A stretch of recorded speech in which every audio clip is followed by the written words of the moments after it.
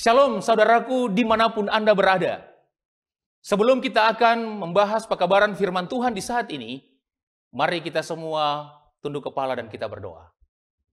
Bapa di surga, kami siap untuk mempelajari sabda firman-Mu. Sebelum kami akan membuka lembaran-lembaran firman-Mu dan mendalaminya Tuhan, kami membutuhkan hadirnya kuasa-Mu di dalam hati kami. Tinggal berdiam di hati dan pikiran kami, tuntun kami Tuhan, agar pekabaran firman Tuhan yang akan kami belajar bersama-sama benar-benar dapat menjadi berkat di dalam kehidupan kami.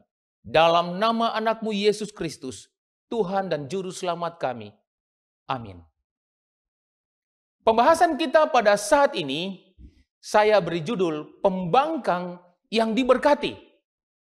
Dan pembahasan saya terdapat di dalam buku Keluaran pasal 1, ayat 1 sampai ayatnya yang ke-22. Nah, saudara-saudara yang diberkati Tuhan, buku Keluaran ini ditulis oleh Musa. Dan tema keseluruhan dari buku ini adalah penebusan. Tanggal penulisan buku Keluaran adalah tahun 1445 sampai 1405 sebelum Masehi. Nama kitab Keluaran ini diambil dari kata Yunani Exodus yang artinya keluaran atau jalan keluar, keberangkatan.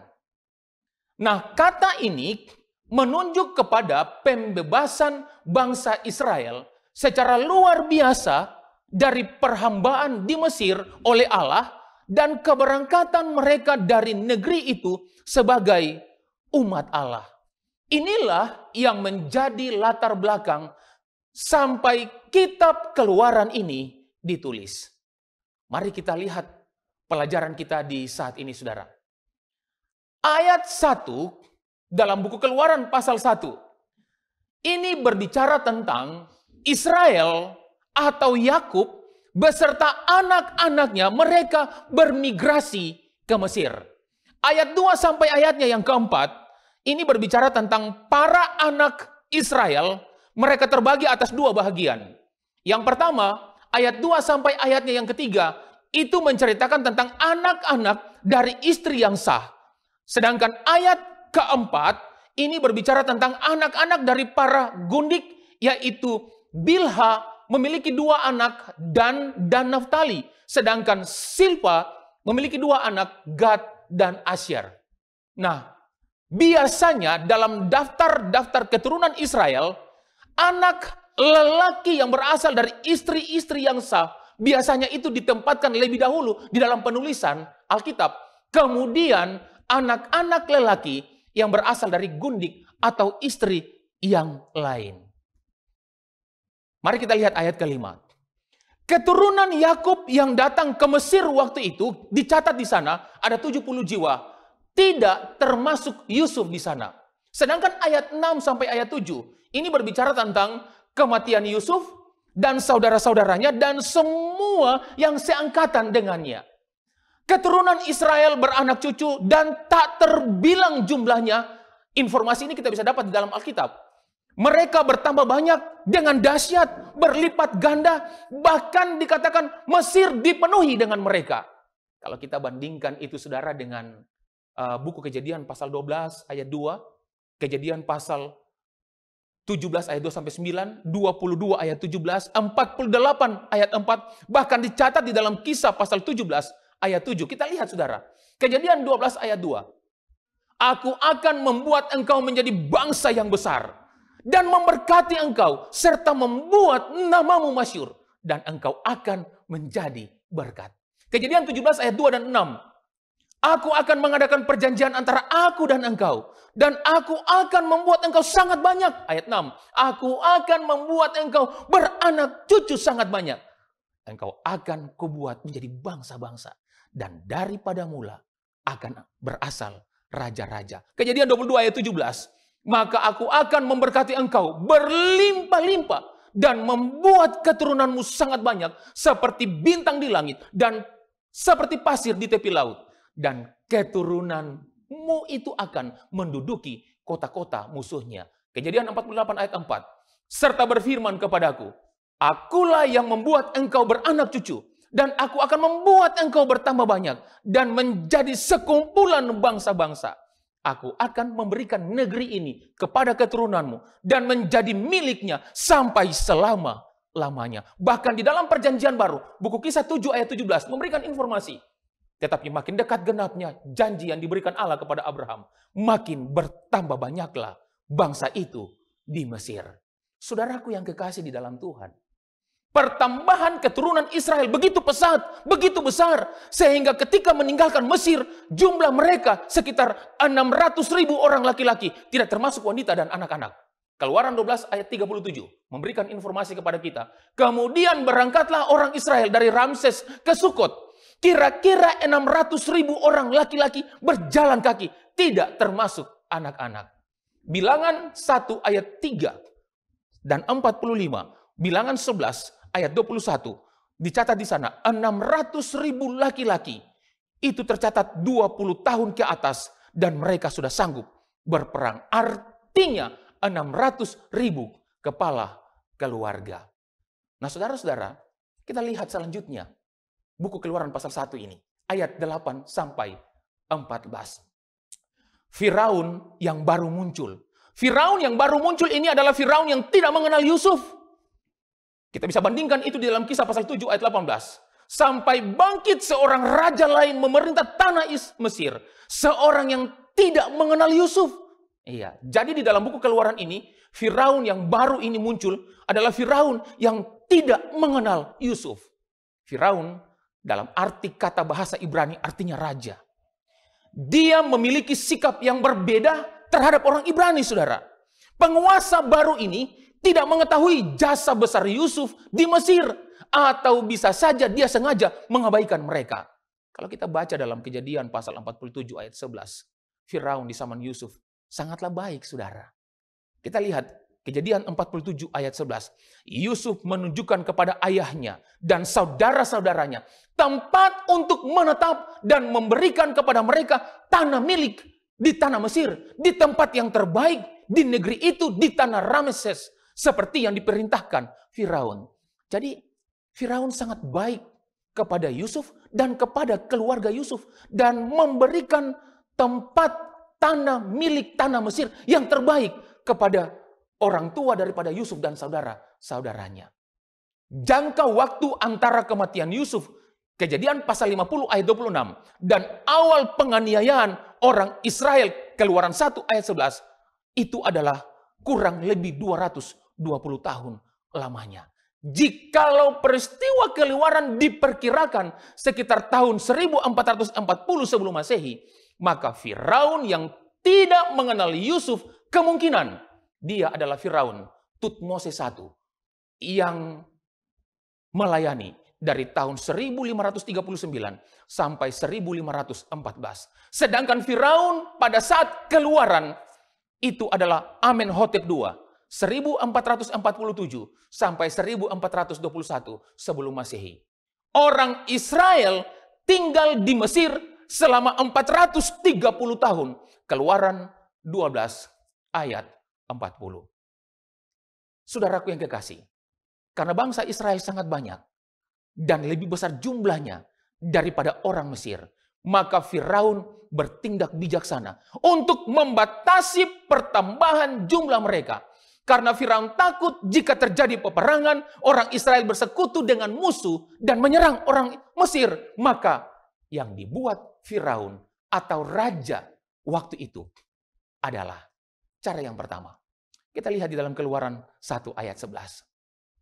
Dalam pembangunan kota-kota perbekalan, yakni Piton dan Ramses, orang Israel dipaksa kerja rodi. Mereka ditindas. Dan inilah cara yang dibuat oleh Firaun waktu itu, saudara, untuk membatasi perkembangan jumlah orang Israel yang ada di Mesir dengan cara kerja rodi, kerja paksa, ditindas, saudara. Ayat 12.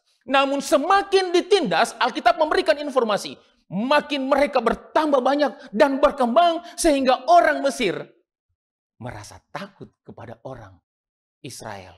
Luar biasa sekali ini orang Israel, saudara. Ayat 13 sampai 14. dengan kejam, orang Mesir memaksa orang Israel bekerja. Membuat hidup orang Israel pahit dengan kerja yang sangat berat, yaitu membuat tanah liat, membuat batu bata, bekerja di ladang dengan kejam. Mereka dipaksa, saudara. Dan kalau kita bandingkan itu dengan Keluaran pasal 3 ayat 7, sangat jelas. Dan Tuhan berfirman, aku telah memperhatikan dengan sungguh kesengsaraan umatku di tanah Mesir. Dan aku telah mendengar seruan mereka yang disebabkan oleh pengerah-pengerah mereka. Iya, aku mengetahui penderitaan mereka. Jadi saudara, kalau saudara dan saya punya penderitaan, Tuhan senantiasa memperhatikan dengan sungguh. Tuhan senantiasa melihat penderitaan dan kesengsaraan umat-umatnya. Dan Tuhan akan memberikan jalan keluar yang terbaik. Allah mengizinkan dan memakai penindasan terhadap Israel untuk memisahkan mereka dari penyembahan berhala dan cara hidup yang tidak bermoral di Mesir, serta mempersiapkan mereka untuk pembebasan ajaib dan kembali menjalin hubungan dengan Tuhan. Demi persiapan untuk pembebasan yang ajaib, yaitu ke surga, dan untuk menjalin hubungan iman dengan Tuhan, maka kita juga diizinkan Tuhan untuk mengalami penindasan. Apakah dengan cara yang dibuat Firaun dapat membatasi pertambahan jumlah orang Israel? Waktu itu pena inspirasi dalam seri Alfa Omega jilid 1 pasal 22 halaman 284 memberikan keterangan kepada saudara dan saya. Raja dan penasihat-penasihatnya mengharapkan bahwa mereka akan dapat menaklukkan orang Israel melalui kerja berat. Dan dengan demikian mengurangi jumlah mereka serta menghancurkan semangat mereka untuk menjadi satu bangsa yang merdeka. Gagal melaksanakan maksud mereka itu. Mereka mulai menggunakan cara-cara yang lebih kejam lagi. Jadi ternyata saudara, informasi ini memberikan jawaban bahwa cara yang dibuat Firaun di langkah pertama ini gagal, saudara. Tidak bisa membatasi pertambahan jumlah daripada orang Israel waktu itu. Kita datang kepada cara yang kedua yang dibuat oleh Firaun waktu itu. Cara yang kedua yang dibuat oleh Firaun, kita baca dalam Keluaran pasal 1 ayat 15 sampai 16. Ayat 15. Raja Mesir juga memerintahkan kepada bidan-bidan yang menolong perempuan Ibrani. Seorang bernama Sifra dan yang lain bernama Puah. Katanya, ayat 16. Apabila kamu menolong perempuan Ibrani pada waktu bersalin, kamu harus memperhatikan waktu anak itu lahir. Jika anak laki-laki, kamu harus membunuhnya. Tetapi jika anak perempuan, bolehlah ia hidup. Apakah mereka melakukan yang diperintahkan Firaun? Keluaran 1 ayat 18. Lalu Raja Mesir memanggil bidan-bidan itu dan bertanya kepada mereka, mengapakah kamu berbuat demikian? Membiarkan hidup bayi-bayi itu? Dengan kata lain, mereka tidak melakukan apa yang diperintahkan Firaun saat itu. Mengapa mereka tidak melakukan ini, saudara? Ayat 19. Keluaran pasal 1. Jawab bidan-bidan itu kepada Firaun. Sebab perempuan Ibrani tidak sama dengan perempuan Mesir. Melainkan mereka kuat. Sebelum bidan datang mereka telah bersalin. Ayat 17, saudara. Tetapi bidan-bidan itu takut akan Allah dan tidak melakukan seperti yang dikatakan Raja Mesir kepada mereka dan membiarkan bayi-bayi itu hidup. Bukan juga karena orang-orang perempuan Israel kuat ketika mereka mau bersalin, tetapi oleh karena Sifra dan Puah adalah kedua bidan yang takut Tuhan dan tidak melakukan seperti yang dikatakan Raja Mesir kepada mereka, sehingga ayat 17 mengatakan mereka membiarkan bayi-bayi itu hidup. Siapa yang bertindak di balik topeng Firaun untuk melakukan semua kejahatan tersebut? Kembali, pena inspirasi memberikan informasi kepada kita dalam seri Alfa dan Omega jilid 1 pasal 22 halaman 284. Perintah telah dikeluarkan kepada kaum wanita yang pekerjaannya memberi kesempatan kepada mereka untuk dapat melaksanakannya, yaitu membunuh setiap bayi laki-laki orang Ibrani pada waktu dilahirkan. Setan sendirilah penggerak rencana ini. Ia mengetahui bahwa seorang penebus akan bangkit dari antara orang Israel, dan dengan mendorong raja untuk membinasakan anak-anak Ibrani itu, ia mengharapkan akan dapat menggagalkan rencana ilahi itu. Jadi saudara, ini adalah ide dari setan. Setan menggunakan serangan dari luar Dan dia tidak berhasil. Dia kemudian menggunakan serangan dari dalam. Kita baca beberapa ayat. Bagaimana seorang penebus akan bangkit dari antara orang Israel. Sehingga setan menggunakan Firaun untuk membunuh setiap anak laki-laki yang lahir dari perempuan Israel. Yesaya 11 ayat 1. Suatu tunas akan keluar dari tunggul Isai. Ibrani 17 ayat 4a. Sebab telah diketahui semua orang bahwa Tuhan kita berasal dari suku Yehuda. Wahyu 5 ayat 5. Lalu berkatalah seorang dari tua-tua itu kepadaku, jangan engkau menangis, sesungguhnya singa dari suku Yehuda, yaitu tunas Daud, telah menang. Dan yang terakhir, Wahyu 22 ayat 16. Aku, Yesus, telah mengutus malaikatku untuk memberi kesaksian tentang semuanya ini kepadamu. Bagi jemaat-jemaat, aku adalah tunas, yaitu keturunan Daud, bintang timur yang gilang gemilang. Saudaraku yang kekasih, informasi-informasi tadi menunjukkan bahwa Yesus, Raja Damai, akan lahir dari keturunan Israel. Sehingga setan menggunakan Firaun membunuh setiap anak laki-laki yang lahir dari perempuan-perempuan Israel. Tetapi semua rencana ini gagal. Karena Tuhan menggunakan Sifra dan Pua adalah wanita-wanita yang takut Tuhan. Siapakah Sifra dan Pua? Mereka adalah para bidan Ibrani. Kalau kita bandingkan itu dengan Kejadian 35 ayat 17. Ada kurang dari 500 bidan yang ada di antara para wanita Ibrani saat itu. Dan mereka adalah bidan kepala waktu itu. Nama Sifra artinya keindahan. Jadi saudara-saudara, kalau saudara punya anak nantinya, perempuan, kasih dia nama Sifra yang artinya keindahan. Dan nama bidan yang kedua adalah Puah, artinya semarak atau cemerlang. Hanya sekali saja nama mereka ini disebut dalam kisah ini, saudara. Mereka mendapat perintah khusus dari Firaun untuk menjalankan misinya untuk memperlemah bangsa Israel dengan membunuh bayi laki-laki. Sungguh merupakan sebuah keistimewaan untuk dikenal kalau saja mereka mau melakukan hal itu. Merupakan kesempatan emas untuk mereka menjadi kaya, populer, dan mendapat jabatan penting, serta penghargaan besar-besaran dari Firaun waktu itu, saudara. Nama mereka akan diperhitungkan. Keamanan mereka dijamin. Kepatuhan mereka akan sangat dihargai. Kesejahteraan hidup mereka sudah pasti dijamin. Karena mereka mematuhi perintah raja yang tidak sulit sebenarnya. Dengan resiko yang hampir tidak ada, saudara. Namun, saudara-saudaraku yang dikasihi Tuhan, Sifra dan Pua tidak mengambil kesempatan ini untuk menjadi kaya, untuk menjadi populer, maupun mendapat jabatan penting. Mereka memiliki kualitas diri yang jauh melebihi apa yang tidak dipahami oleh raja. Mereka hidup dalam roh takut akan Tuhan. Dan kalau kita baca dalam Wahyu pasal 14 ayat 7. Ketaatan dan takut mereka akan Tuhan melebihi ketaatan mereka pada raja yang bisa dengan mudah menghilangkan nyawa mereka. Dua perempuan Ibrani yang pemberani ini mempertaruhkan hidup mereka ketika memilih untuk tidak mematuhi raja. Dan mereka sangat memahami konsekuensinya. Mereka berpegang teguh, saudara, pada kesucian hidup. Sikap dan perbuatan yang harus mereka lakukan di mata Tuhan. Tidak melakukan seperti yang diperintahkan Raja Mesir. Dan membiarkan bayi-bayi itu hidup. Mereka dapat dikatakan pembangkang terhadap perintah raja. Namun mereka lebih memilih untuk tetap setia dan menghormati Tuhan. Pengalaman ini juga dialami oleh Mahatma Gandhi dan Martin Luther King Jr., pejuang kemanusiaan. Ketika mereka dengan sengaja menentang hukum yang tidak adil dan tidak manusiawi, sehingga mereka menjalankan aksi protes yang tegas, namun nir kekerasan, tidak dengan kekerasan. Demikian juga banyak tokoh-tokoh Alkitab yang saleh, yang menentang aturan raja yang tidak adil, misalnya Daniel dan kawan-kawan yang memilih untuk tetap beribadah kepada Tuhan sehingga melanggar aturan raja. Daniel pasal 3 dan Daniel pasal 6.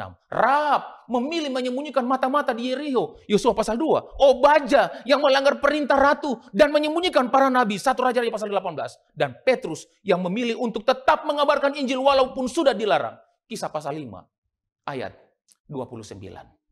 Demikian pula dengan Sifra dan Pua.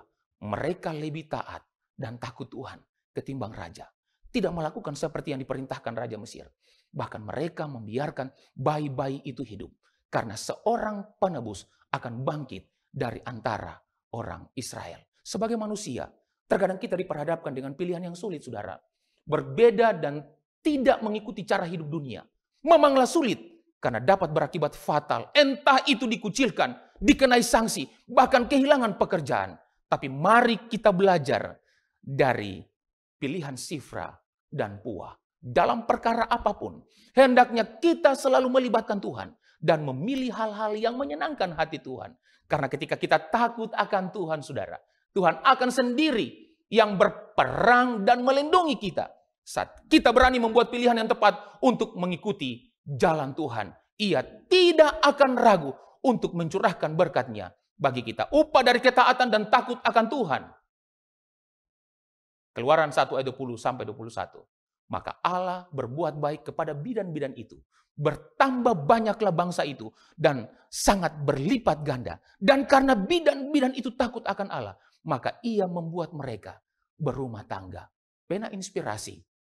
Seri Alfa dan Omega jilid 1 halaman 22, pasal 22 halaman 284. Karena perempuan-perempuan itu takut akan Allah dan tidak berani melaksanakan perintah yang kejam itu, maka Tuhan berkenan atas sikap mereka itu dan Tuhan telah menjadikan mereka makmur. Makmur dalam KBBI, serba berkecukupan, tidak kekurangan. Janji dalam Mazmur 23 ayat 1. Mazmur Daud, Tuhan adalah gembalaku, takkan kekurangan aku. Kalau kita menjadikan Dia gembala kita, maka dalam hidup ini, kehidupan kita tidak akan pernah kekurangan. Apakah cerita ini telah selesai sampai di sini? Tidak, saudara. Ada di pencara yang ketiga lagi, saudara.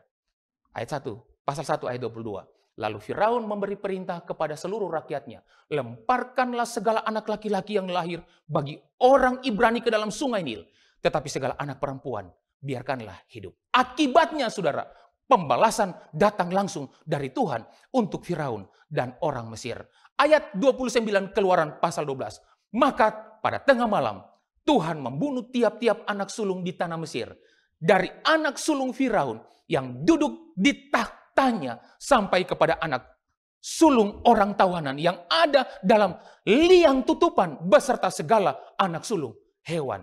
Sungguh dahsyat pembalasan Tuhan terhadap Firaun dan orang Mesir. Bilangan 34. Sementara orang Mesir sedang menguburkan orang-orang yang telah dibunuh Tuhan di antara mereka, yakni semua anak sulung. Sebab Tuhan telah menjatuhkan hukuman kepada para Allah mereka.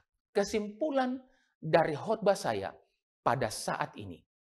Yang pertama, banyak orang memiliki kepribadian ganda. Tetapi Sifra dan Puah tidak.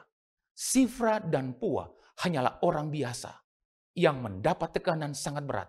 Namun mereka tetap berintegritas. Biarlah kita juga memiliki integritas seperti Sifra dan Puah sekalipun mendapat tekanan yang sangat berat. Menjadi umat Tuhan seharusnya tidak mudah diombang-ambingkan, baik oleh bujukan maupun oleh tekanan. Setan selalu gencar dengan serangan-serangannya, dari yang berat sampai yang sangat-sangat berat sekali. Takut akan Tuhan, berani berkata tidak, selalu memandang jauh ke depan, niscaya kehidupan yang diberkati akan menanti Anda dan saya. Adalah doa dan harapan saya saat ini. Amin. Mari kita berdoa. Terima kasih Tuhan untuk pekabaran-Mu yang indah di saat ini. Kami lemah, kami terbatas Tuhan.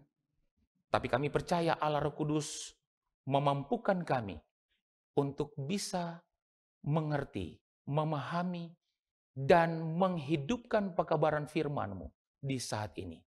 Pelajaran yang sangat berharga. Biarlah kami akan menjadi anak-anak Tuhan yang takut Tuhan, menghormati Tuhan, setia kepada Tuhan, melebihi segala-galanya. Karena Allah yang kami sembah adalah Allah yang tidak dapat disejajarkan dengan Allah-Allah yang ada di atas dunia ini. Terima kasih untuk pekabaran firman Tuhan malam hari ini, dan kiranya berkat, anugerah, dan kasih karunia-Mu akan senantiasa tinggal menyertai kami semua. Dalam nama anak-Mu Yesus Kristus, Tuhan dan Juru Selamat kami yang hidup. Haleluya. Amin.